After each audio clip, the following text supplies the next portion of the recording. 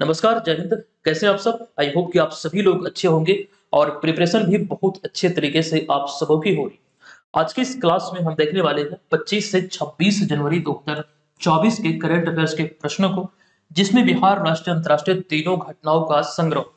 आज के इस क्लास की हम शुरुआत करें उससे पहले आप सभी को, समस्त बिहार वासियों को, समस्त देशवासियों को 75वें गणतंत्र दिवस के शुभ अवसर पर ढेर सारी शुभकामनाएं और बधाई। सेशन की शुरुआत करते हैं, लेकिन उससे पहले जो प्रश्न हमने आपसे पिछले वीडियो में पूछा था उसे देख लेते हैं। प्रश्न है कि निम्नलिखित में से बिहार के किस बालक या फिर बालिका को प्रधानमंत्री राष्ट्रीय बाल पुरस्कार 2024 से सम्मानित किया गया? आपको हमने जानकारी दिया था कि यहाँ से प्रश्न आपके बीपीएससी एग्जाम में ऑलरेडी पहले पूछे जा चुके हैं, जो 2022 वाला था, जो कि पल साक्षी और धीरज नारायण को चुना गया था। आपको मालूम होगा ये सारी चीजें हमने आपको बतलाया है। लेकिन यहाँ पर प्रश्न जो पिछले वीडियो में था 2024 वाला था, तो 2024 में मोहम्मद हुसैन को चुना गया। बिहार से एकमात्र हैं जो कि मोहम्मद हुसैन। हालांकि 2023 की बात करें तो बिहार से किसी भी बालक या फिर बालिका का चयन नहीं किया गया था। इस तरह की जानकारी रेगुलर हमारे टीम की तरफ से आपको फेसबुक, टेलीग्राम और इंस्टाग्राम पर दिया जाता है। आपको बता दूं, कंप्लीट जानकारी ये प्रधानमंत्री राष्ट्रीय बाल पुरस्कारों को लेकर हमने दिया है, जिसमें पूरे भारत से 19 बच्चों का चयन हुआ है। ध्यान रखिएगा, ये बहुत इंपॉर्टेंट है, बीपीएससी में यहाँ से प्रश्न पूछे गए। अब यहाँ पे देखिए, इस पीडीएफ की बात करें तो 2023 में करंट अफेयर्स के हमने जितने भी क्लास लिए हैं, वो सभी जो मतलब मटेरियल है, जो कंटेंट है, वो इस पीडीएफ में है। इसका लिंक इस वीडियो के डिस्क्रिप्शन में, आप वहां पर जाके इसे डाउनलोड कर सकते हैं, या फिर आपको बीपीएससी मेकर ऐप पर भी मिल जाएगा, वहां से भी इसे प्राप्त कर सकते हैं। इसमें नंबर ऑफ पेज की बात करें तो 522 पेज, जो कि 2023 का, अगर करंट अफेयर्स आपने रेगुलर नहीं पढ़ा तो निश्चित तौर पर ये आपके लिए रामबाण सिद्ध हो सकता है। चलिए सेशन की शुरुआत करते हैं पहले प्रश्न से। ये पहला प्रश्न है कि भारत सरकार ने, अच्छा देखिए यहाँ पे भारत गलत लिखा गया है, मिसटाइपिंग हुआ है। तो भारत सरकार ने निम्न में से किस बिहारी को मरणोपरांत भारत रत्न से सम्मानित करने की घोषणा किया है? देखिए, बहुत खबरों में है और बहुत इंपॉर्टेंट हो सकता है। एक चीज यहाँ पर ध्यान रखिएगा, हमें लगता है कि यहाँ से जो आपके एग्जाम में प्रश्न बनेंगे, डायरेक्टली इस तरह से, मतलब ये प्रश्न जो हमने यहाँ पे लिखा है इस तरह से आपको नहीं दिया जाएगा। तो कैसे दिया जाएगा वो अब हम आपको बताते हैं। क्योंकि यहाँ पर इसका जो राइट आंसर है ये होगा कर्पूरी ठाकुर, जिन्हें अभी हाल ही में भारत रत्न देने की घोषणा हुई है।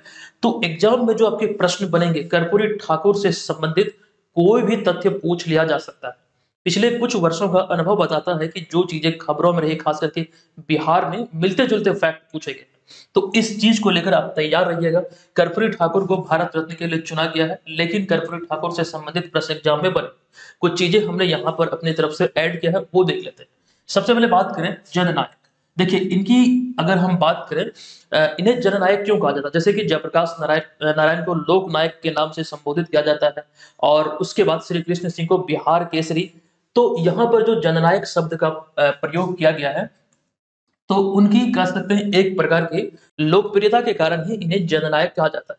तो ध्यान रखेंगे, जननायक कर्पूरी ठाकुर का जन्म 24 जनवरी 1924 को समस्तीपुर जिले के पितौंजिया गांव में हुआ था, जिसे कि अब कर्पूरी गांव भी कहा जाता है, या फिर कर्पूरी ग्राम कहा जाता है। यहाँ पर एक नाई परिवार में इनका जन्म हुआ था। तो यहाँ पर दो तीन पॉइंट है। ब्रिटिश भारत में इनका जन्म 24 जनवरी 1924 को हुआ था, समस्तीपुर जिले के पितौंजिया ग्राम में, जिसे अब कर्पूरी ग्राम कहा जाता है। एक नाई परिवार में ये जन्मे थे 1924 में, और हाल ही में 24 जनवरी 2024 को इनकी 100वीं जयंती मनाई गई है। इस अवसर पर केंद्र सरकार ने इस चीज की घोषणा की कि इन्हें 100वीं जयंती पर जो मतलब घोषणा हुई है, इसके आधार पर ध्यान रखेंगे भारत रत्न से इन्हें सम्मानित किया जाएगा। अगला पॉइंट है कि इस अवसर, अच्छा वही पॉइंट यहाँ पे लिखा गया है कि इस अवसर पर भारत सरकार ने उन्हें मरणोपरांत भारत रत्न से सम्मानित करने की घोषणा किया या फिर निर्णय लिया है। आपको बता दूं, यहाँ से जो प्रश्न बनेंगे आपके एग्जाम में, कर्पूरी ठाकुर 2 बार बिहार के मुख्यमंत्री बने थे। पहली बार सोशलिस्ट पार्टी से 1970 में, फिर 1977 में जनता पार्टी से। देखिए, जनता पार्टी अलग है और भारतीय जनता पार्टी अलग है, ये जानकारी हमने पहले आपको दिया है। तो पहली बार जो मुख्यमंत्री बने थे 1970 में बने थे, 163 दिन का है हालांकि इनका कार्यकाल था। फिर 1977 में जनता पार्टी से ये मुख्यमंत्री चुने गए थे। तो 2 बार कुल मिलाकर ध्यान रखना आपको, ये बिहार के मुख्यमंत्री रहे थे कर्पूरी ठाकुर। अगला पॉइंट हमारा होगा, कर्पूरी ठाकुर का निधन 17 फरवरी 1988 को दिल का दौरा पड़ने से पटना में उनका निधन हुआ था, और उस समय उनकी जो उम्र थी वो 64 वर्ष थी। तो ये भी इंपॉर्टेंट है। 64 वर्ष की आयु में दिल का दौरा पड़ने से उनका निधन हुआ था। एक अहम जानकारी यहाँ से जो एग्जाम में एराइज हो सकते हैं प्रश्न के रूप में, वो हमने यहाँ पे लिख दिया है कि लालू प्रसाद यादव, नीतीश कुमार, रामविलास पासवान और सुशील कुमार मोदी का राजनीतिक गुरु कहा जाता है उन्हें। किन्हें? तो कर्पूरी ठाकुर को। जिस प्रकार से महात्मा गांधी का राजनीतिक गुरु गोपाल कृष्ण गोखले, उसी प्रकार से आपको चीजों को यहाँ पर भी ध्यान रखना है कि कर्पूरी ठाकुर के राजनीतिक गुरु थे। कर्पूरी ठाकुर राजनीतिक गुरु थे लालू प्रसाद यादव के, नीतीश कुमार के, रामविलास पासवान और सुशील कुमार मोदी से। कहने का सीधा सीधा तात्पर्य यहाँ पर यह है कि कर्पूरी ठाकुर के ये सभी चेले हैं। और एक चीज यहाँ पर यह ध्यान रखिएगा, इस समय हालांकि इसकी मांग बहुत पहले से हो रही थी कर्पूरी ठाकुर को भारत रत्न मिले, लेकिन अब जो 2024 में लोकसभा चुनाव होना है तो भाजपा ने यहाँ पर बहुत अच्छे तरीके से बाजी मारी है। वो कैसे मारी है वो समझ लीजिए। दरअसल देखिए, अगर हम बात करें कर्पूरी ठाकुर की तो बिहार से संबंधित है, और खास करके जो जनता पार्टी, इसी से ही दो पार्टी बना है, राजद और जो जदयू बना, यही से मतलब निकल के बना है। तो एक प्रकार से देखा जाए, जो भी घोषणाएं केंद्र में होती है लगभग लगभग का विरोध किया जाता है अन्य पार्टियों की तरफ से, लेकिन इस समय जो भारत रत्न देने की घोषणा हुई है तो जानबूझ के खास करके लालू यादव या फिर नीतीश कुमार जिसकी सरकार है खास करके बिहार में, वो लोग तो कभी भी इस चीज का बुराई नहीं करेंगे। मतलब एक तरह से देखा जाए तो मतलब भाजपा ने इसका पूरा क्रेडिट अपने नाम लिया है, तो ये समझिएगा। ये एक प्रकार से देखा जाए तो राजनीतिक दृष्टिकोण से भी काफी अहम होगा आगामी लोकसभा चुनाव में। तो इतनी सारी बातें फिलहाल ध्यान रखें। अच्छा, यहाँ पर जो महान गणितज्ञ वशिष्ठ नारायण की बात हुई, इन्हें भी भारत रत्न मिलना चाहिए, तो ये भी चीजें ध्यान रखिए। देखिए, एक नाम हमने यहाँ पे लिखा है बिस्मिल्लाह खां। बिस्मिल्लाह खां के बारे में आपको बता दूं कि बिहार में बक्सर जिले के डुमराव में, हालांकि हमने कुछ समय पहले भी आपको बताया था कि बिहार के एकमात्र शख्स है जो कि भारत के चारों सर्वोच्च सम्मान जो है, एक तो भारत रत्न, दूसरा पद्म विभूषण, तीसरा पद्म भूषण और चौथा पद्मश्री, ये चारों सम्मान से ये सम्मानित हो चुके हैं बिस्मिल्लाह खां, जो कि शहनाई वादक है। बक्सर डुमराव में इनका जन्म हुआ था। अब यहाँ पर देखिए, नागरिक पुरस्कारों की बात हुई तो ऐसे में एक प्रश्न आपके बीपीएससी एग्जाम में रिसेंटली पूछा गया है, वो ये वाला पूछा गया, सुभद्रा देवी, जो कि पेपर बेसिक कला से संबंधित है। दरअसल 2023 में जो पद्म पुरस्कारों की घोषणा हुई, पूरे भारत से 106 महान हस्तियों को पद्म पुरस्कार दिया गया। इन 106 महान हस्तियों में हम बात करें तो बिहार से 3 बिहारी को पद्मश्री सम्मान दिया गया। ये तीनों का नाम आप यहाँ पर देख सकते हैं। कला के लिए सुभद्रा देवी को, सुपर 30 के जो संचालक है आनंद कुमार, शिक्षा के लिए इन्हें मिला, और कला के लिए कपिल देव प्रसाद को।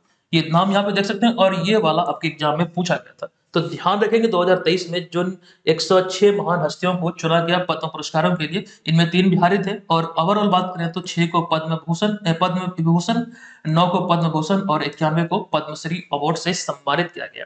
ये बहुत इंपॉर्टेंट है, ध्यान रखिएगा। और आगे आपको बता दूं, पद्मश्री पुरस्कारों की बात हुई तो पहला पद्मश्री पुरस्कार 1961 में सामाजिक कार्य के लिए जो किसी बिहारी को मिला था, उनका नाम था अमाल शाह। ये ईस्वी क्या है तो 1961 है। अब तक की जो जानकारी प्राप्त है उसके आधार पर 77 बिहारियों को पद्मश्री पुरस्कार से सम्मानित किया गया है। तो इतनी सारी जानकारी ध्यान रखिए। और एक बहुत इंपॉर्टेंट प्रश्न है कि प्रथम विदेशी कौन थे जिन्हें भारत रत्न दिया गया था, तो खान अब्दुल गफ्फार खान, जिसे कि सीमांत गांधी के भी नाम से जाना जाता है। और ये भी प्रश्न आपके एग्जाम में, बीपीएससी एग्जाम में पूछा हुआ है। चलिए, इस चीज को यहाँ पर हम छोड़ते हुए आगे चलते हैं। अगला दूसरा प्रश्न है कि राज्य के गरीब परिवारों की आर्थिक दशा सुधारने के लिए उद्योग विभाग बिहार सरकार ने हाल ही में कितने करोड़ रुपए की स्वीकृति दी है। देखिए, यहाँ पर कुछ कंडीशन है, पहले तो इसका आंसर जान लीजिए कि 1250 करोड़ रुपए की अभी हाल ही में स्वीकृति दी गई है उद्योग विभाग बिहार सरकार के द्वारा। चीजें यहाँ पर आपके समक्ष है कि राज्य में आर्थिक रूप से गरीब परिवारों की आर्थिक दशा को सुधारने के लिए उद्योग विभाग ने एक प्रारंभिक रणनीति तैयार की है, और इसी रणनीति के तहत उद्योग विभाग ने गरीबों को रोजगार दिलाने के लिए तत्काल 1250 करोड़ रुपए स्वीकृत करे। अब यहाँ पर देखिए, वित्त वर्ष 2023 से 24 के लिए 250 करोड़ रुपए, जबकि चालू वित्त वर्ष 2024-25 के लिए 1000 करोड़ रुपए मंजूर किए गए। तो ओवरऑल जो बात हुई, जो राशि जारी की गई या जो स्वीकृति दी गई है, वो 1250 करोड़ रुपए है। तो ये यहाँ से दोनों पॉइंट आपको ध्यान रखना है। आगे हम बात करें तो यह राशि बिहार लघु उद्यमी योजना के तहत खर्च की जाएगी, जो कि बिहार में बेरोजगारी दर में कमी लाने के मकसद से लागू की गई। एक तो उद्यमी योजना है और साथ ही साथ एक है लघु उद्यमी योजना। इसी के तहत यह संचालित होगा, इसी के तहत यह राशि खर्च की जाएगी, जिसका एक उद्देश्य है कि बेरोजगारी दर में कमी लाया जाए बिहार में। अच्छा, रिसेंटली एक रिपोर्ट आई थी, आई थिंक 2 से 3 दिन पहले, 4 दिन पहले हमने आपको जानकारी दिया था कि गरीबी से मतलब कि उभरने में, गरीबी से बाहर आने में जो बिहार का स्थान है वो दूसरा, पहले नंबर पे उत्तर प्रदेश, दूसरे स्थान पर अपना बिहार। अभी कुछ समय पहले ही हमने आपको जानकारी दिया था। अब यहाँ पे देखिए, बेरोजगारी की बात हुई है तो एक जानकारी आपको दे दूं, जातीय जनगणना जो रिसेंटली हुई थी, जो कि रिपोर्ट आई थी 2 अक्टूबर 2023 को, जो कि आधिकारिक तौर पर जारी किया गया। इसी से संबंधित खास करके यहाँ पे पॉइंट हमने लिखा है कि जातीय गणना में परिवार की जो मासिक आय है उसके आधार पर आर्थिक रूप से गरीब परिवारों की जो संख्या बिहार में वो है 2,76,68,930। और इस सभी परिवारों जो कुल परिवार कितने हैं तो इसमें से 94,33,312, प्रतिशतता के दृष्टिकोण से देखें तो 34.14% से अधिक परिवार जो है यहाँ पर बिहार में वो आर्थिक रूप से गरीब है। हालांकि जातीय जनगणना को लेकर सारी जानकारी एक वीडियो के माध्यम से हमने आपको दिया है, आप उस वीडियो को चैनल पर टॉपिक स्टडी में जाकर जरूर देख लीजिएगा। आगे हम यहाँ पर बात करें, जो हमने चर्चा की है मासिक आधार पर, मासिक आय के आधार पर जो इसका गरीब परिवारों का जो आकलन हुआ है, बिहार सरकार ने एक पैमाना तैयार किया कि जो गरीब माना जाएगा बिहार में, जिसकी जो मासिक आय है वो 6,000 रुपये से कम, यानी कि अगर हम दैनिक आय की बात करें तो 200 रुपया से अधिक, या फिर इस प्रकार से आप इसे समझ सकते हैं, जिस भी परिवार की मासिक आय 6,000 रुपये से कम है, अर्थात कहने का सेंस यहाँ पर यह है कि दैनिक आय अगर 200 रुपया से कम है तो उसे बिहार में गरीब माना जाएगा। और इसी आधार पर यह डेटा सामने आया कि कुल मिला के बिहार में जो गरीब परिवारों की जो संख्या है वो 94,33,312 है। चूंकि यहाँ पर बिहार में या फिर बिहार उद्योग विभाग की चर्चा हुई तो ये भी पॉइंट ध्यान रखें, वर्तमान में जो बिहार के उद्योग मंत्री हैं वो है समीर कुमार महासेठ। नया मंत्रिमंडल को लेकर हमने कई जानकारी आपको दिया है, तो वो सभी चीजें आपको याद होगी ही। लेकिन रिसेंटली बिहार के एक शिक्षा मंत्री, मतलब नए शिक्षा मंत्री बने हैं आलोक मेहता, जो कि आपको याद होगा हमने पिछले वीडियो में इसकी चर्चा आपके साथ किया था। ठीक है, आलोक मेहता बिहार के नए शिक्षा मंत्री हैं। इससे पहले बिहार के जो शिक्षा मंत्री थे चंद्रशेखर प्रसाद थे, जिन्हें की गन्ना विभाग का कार्यभार सौंपा गया है। तो चीजें आपको ध्यान रखना, रिलेट करके आप याद रखेंगे तो निश्चित तौर पर आपको याद होगी। एक चीज पुनः मैं दोहरा दूं कि किसी अभ्यर्थी को, खास करके जो बीपीएससी टीचर बने हैं, तो उन्हें गांधी मैदान पटना में एक प्रश्न पूछ लिया था पत्रकार महोदय ने कि बिहार के गृह मंत्री कौन है, तो वो वहां पे फंस गए थे। आप लोग ध्यान रखिएगा, पुनः दोहरा दो कि सामान्य प्रशासन, गृह मंत्रालय, मंत्रिमंडल सचिवालय, निगरानी, निर्वाचन विभाग और साथ ही वे सभी विभाग जो किन्हीं को आवंटित नहीं हुए, वो सभी बिहार के मुख्यमंत्री, जो 22वें मुख्यमंत्री है नीतीश कुमार, उनके अंडर है। तो आई होप कि आप ये तमाम चीजें ध्यान रखेंगे। तीसरा प्रश्न है कि निम्नलिखित में से किनके द्वारा हाल ही में दिल्ली में गांव चलो अभियान की शुरुआत की गई है। देखिए, गांव चलो अभियान ये बहुत इंपॉर्टेंट आपके लिए हो सकता है, ये राजनीतिक दृष्टिकोण से काफी इंपॉर्टेंट है, वो अभी हम बताएंगे। लेकिन आपको बता दूं इसका राइट आंसर जो है ये विकल्प नंबर सी, विकल्प नंबर बी, यानी कि जेपी नड्डा, जो कि बीजेपी के अध्यक्ष है। अब यहाँ पर इसके बारे में चीजों को देख लीजिए कि हाल ही में बीजेपी अध्यक्ष जेपी नड्डा ने दिल्ली में गांव चलो अभियान की शुरुआत की, जो कि 4 से 11 फरवरी 2024 तक संचालित की जाएगी। अब ये इसका उद्देश्य क्या है, इसे समझिए। दरअसल इसका उद्देश्य देश के ग्रामीण इलाकों में रहने वाले लोगों से संपर्क स्थापित करना और लोकसभा चुनाव 2024 में 400 से अधिक सीटों के साथ जीत की हैट्रिक लगाना भाजपा का, यानी कि भारतीय जनता पार्टी का उद्देश्य है। इसी उद्देश्य को लेकर अभी हाल ही में गांव चलो अभियान की शुरुआत हुई है। ये यहाँ पर इस मकसद से इसकी शुरुआत है। आई होप कि आप इसे समझ चुके हैं। आगे हम बढ़ते हैं, कुछ जानकारी मैं आपको दे दूं बहुत इंपॉर्टेंट, ये हमने बहुत मुश्किल से यहाँ पर संग्रहित किया। ये चीजें हमने हालांकि पहले बता दिया है, लेकिन चीजें बिखरी हुई रहती है नोट्स में, तो वो तमाम चीजों को एक ही जगह हमने सम्मिलित किया है। जैसे कि रिसेंटली अभी हाल ही में माई स्कूल माई प्राइड अभियान शुरू हुआ था जनवरी 2024 में। अभी जानकारी हमने कुछ दिन पहले आपको दिया था हिमाचल प्रदेश में। उसके बाद अगला इसका उद्देश्य की हम बात करें तो सरकारी स्कूलों में शिक्षा की गुणवत्ता में क्रांति लाना इसका उद्देश्य है। ये जानकारी अभी 3 से 4 दिन पहले आपको दिया गया था। अगले हम बात करें नए भारत के लिए नई शिक्षा पहल, जो कि द्रौपदी मुर्मू के द्वारा संबलपुर उड़ीसा में शुरू किया गया नवंबर 2023 में। अब इसके बाद दो जो है यहाँ पर अगला वो काफी इंपॉर्टेंट है, अल अक्सा फ्लड। ये एक अभियान है और अभियान के बारे में ध्यान रखिए, अक्टूबर 2023 में शुरू हुआ था।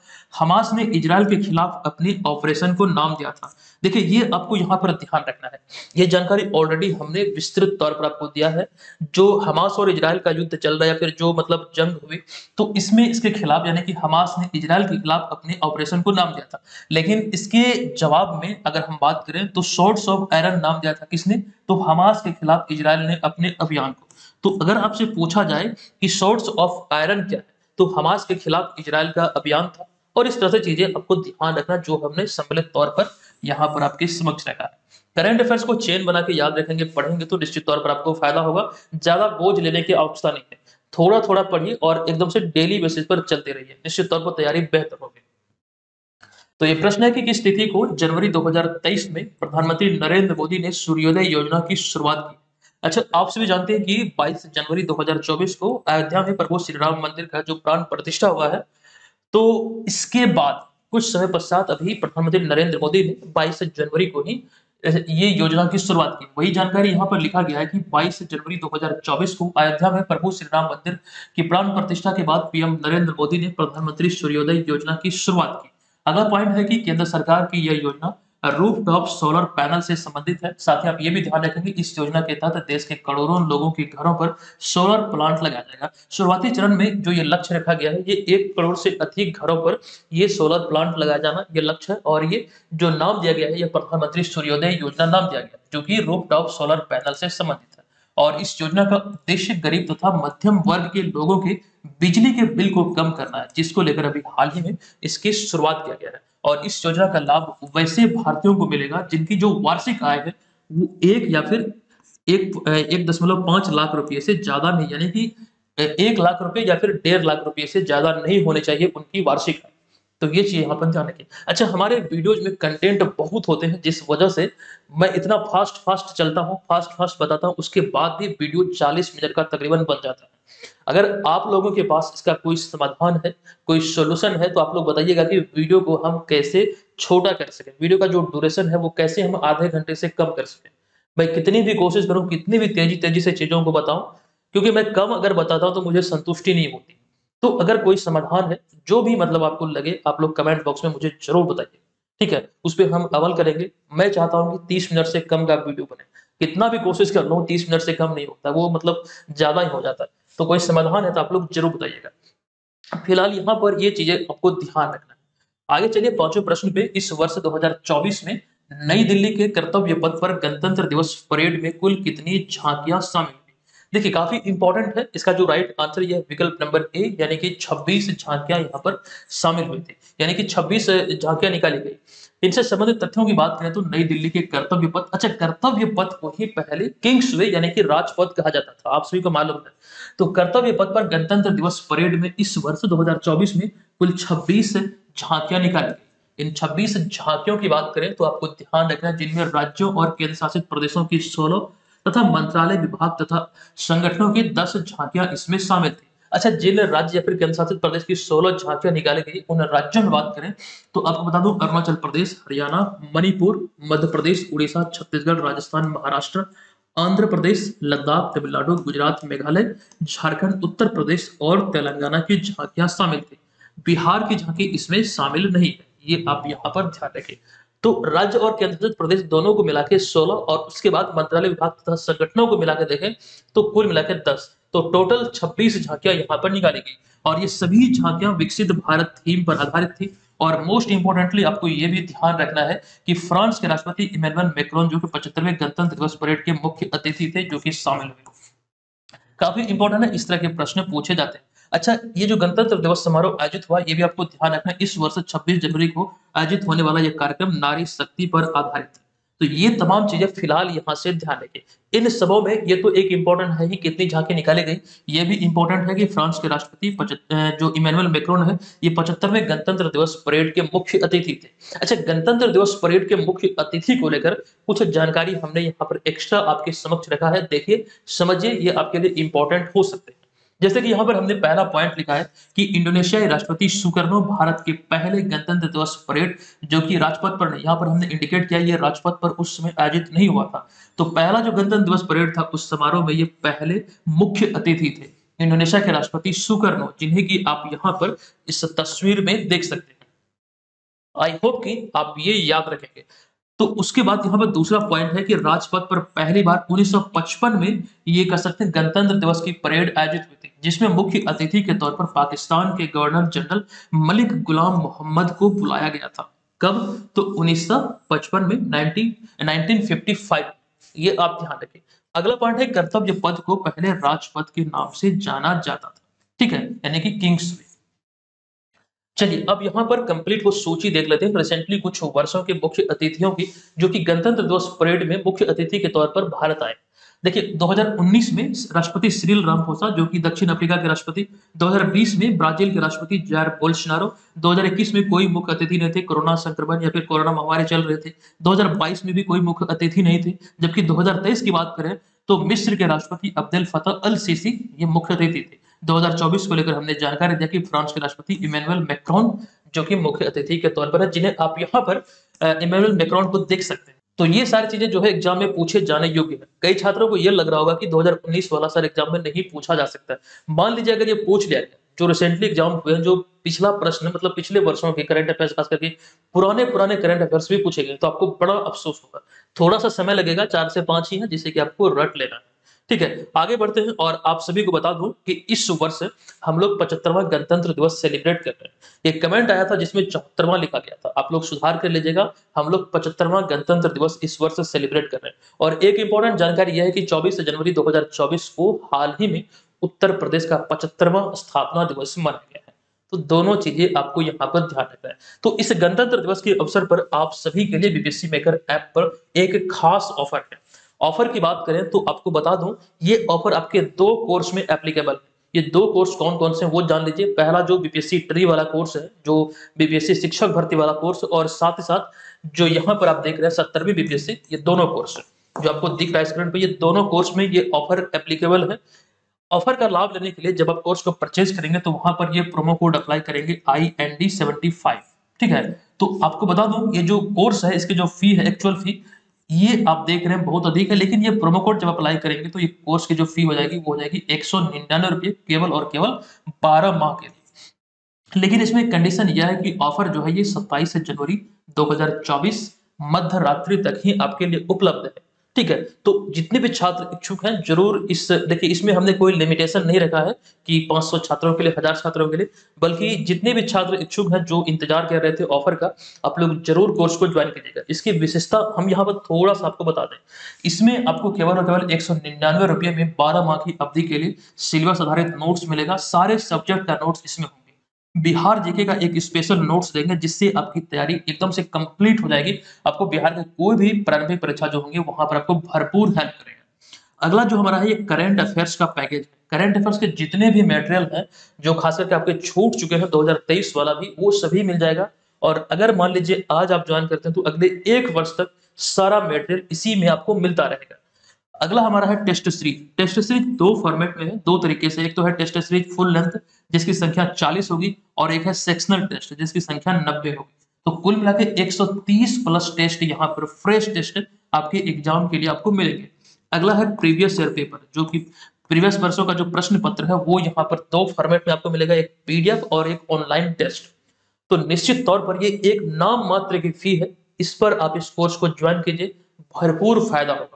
कोई जानकारी चाहिए तो हमारा जो हेल्पलाइन नंबर है उस पर आप संपर्क कर सकते हैं। चलिए आगे चलते हैं। अच्छा, यही कोर्स है जो आप लोग परचेज करेंगे, और आपको बता दूं इसमें टेस्ट सीरीज जो है ये प्रैक्टिस पेपर 5 जो है फुल लेंथ टेस्ट, ये 28 जनवरी को आएगा। कमिंग सून में आपको दिख रहा होगा आपके कोर्स में, आप लोग जरूर जाके इसे ले लीजिएगा। अच्छा, ये वाला जो ऑफर है, ये वाला जो प्रोमो कोड है, ये तो चल ही रही है, ये 31 तक की ऑफर है, ठीक है, ये ध्यान रखिएगा, ये 31 तक है। लेकिन आप लोगों को ये वाले प्रोमो कोड को अप्लाई करके कोर्स को लेना है जो लोग इच्छुक है।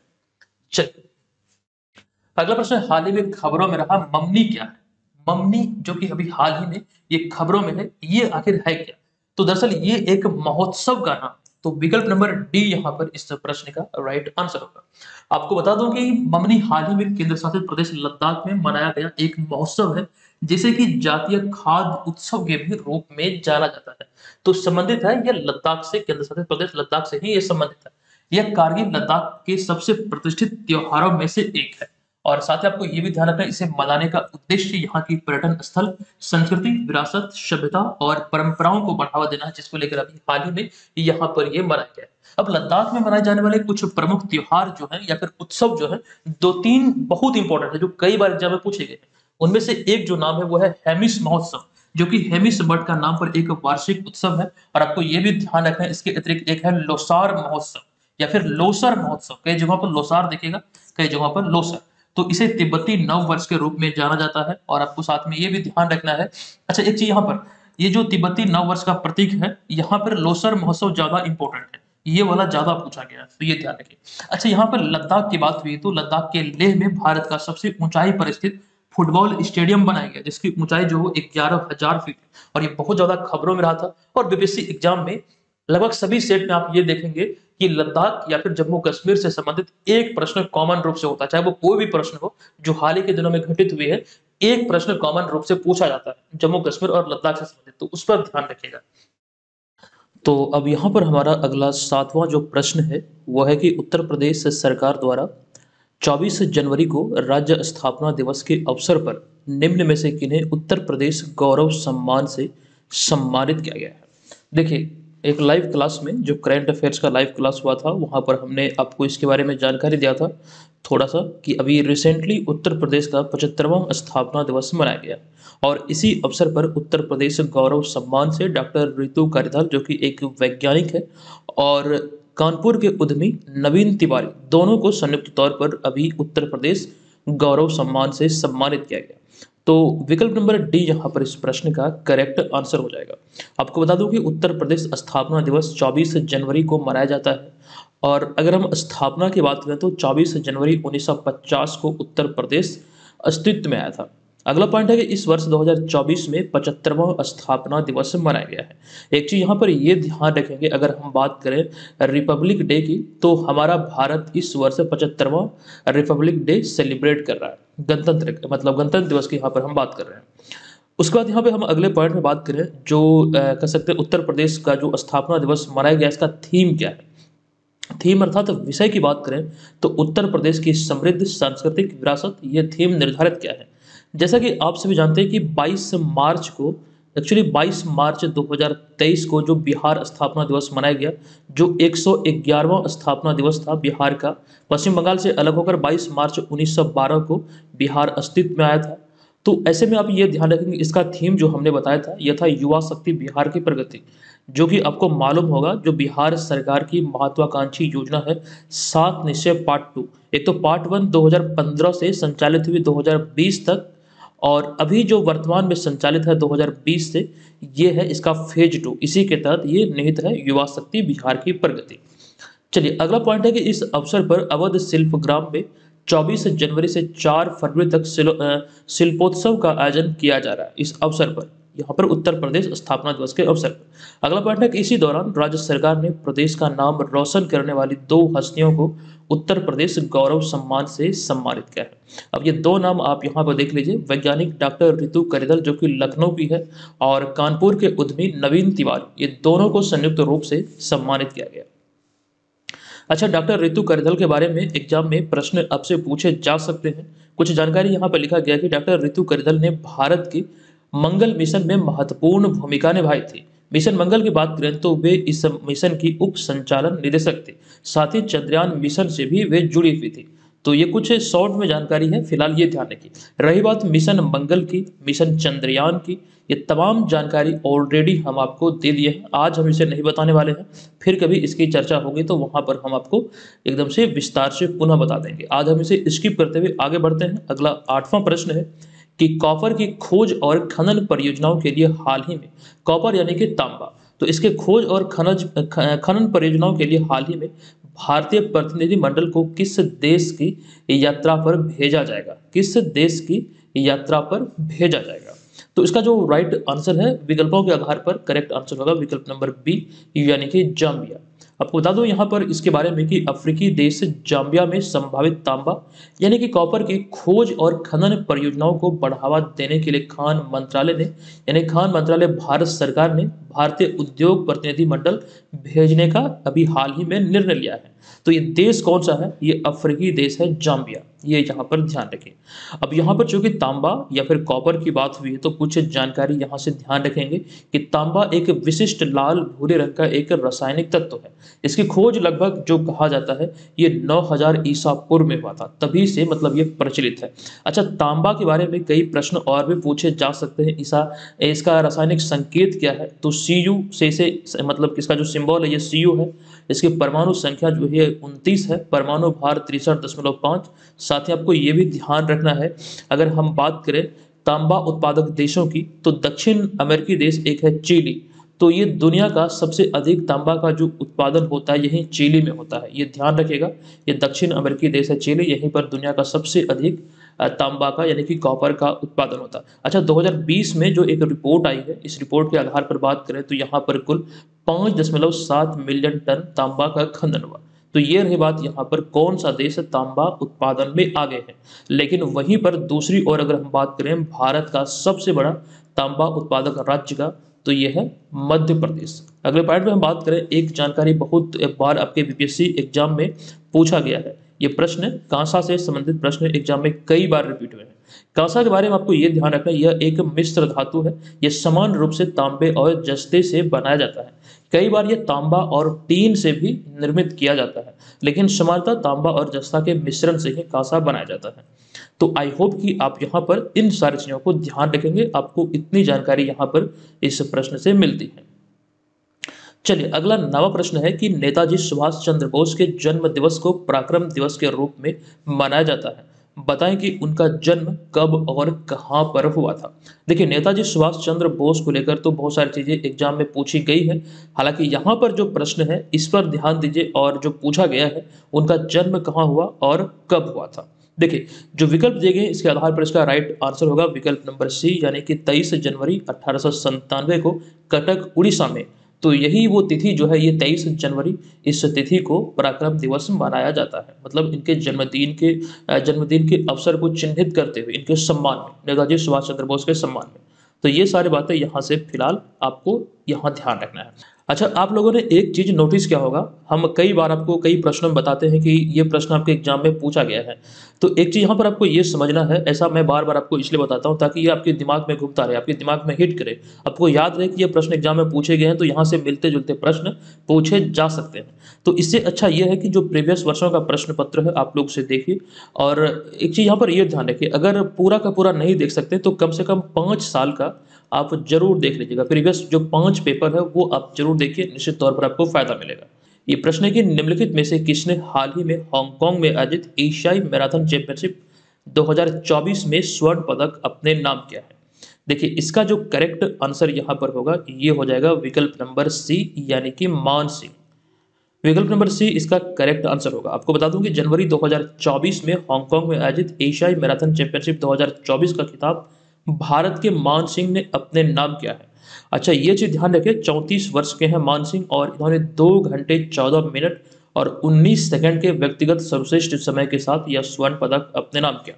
और उन्होंने अपने प्रतिद्वंदी चाइना के हुआंग योंग झेंग को 65 सेकंड के अंतर से हराया।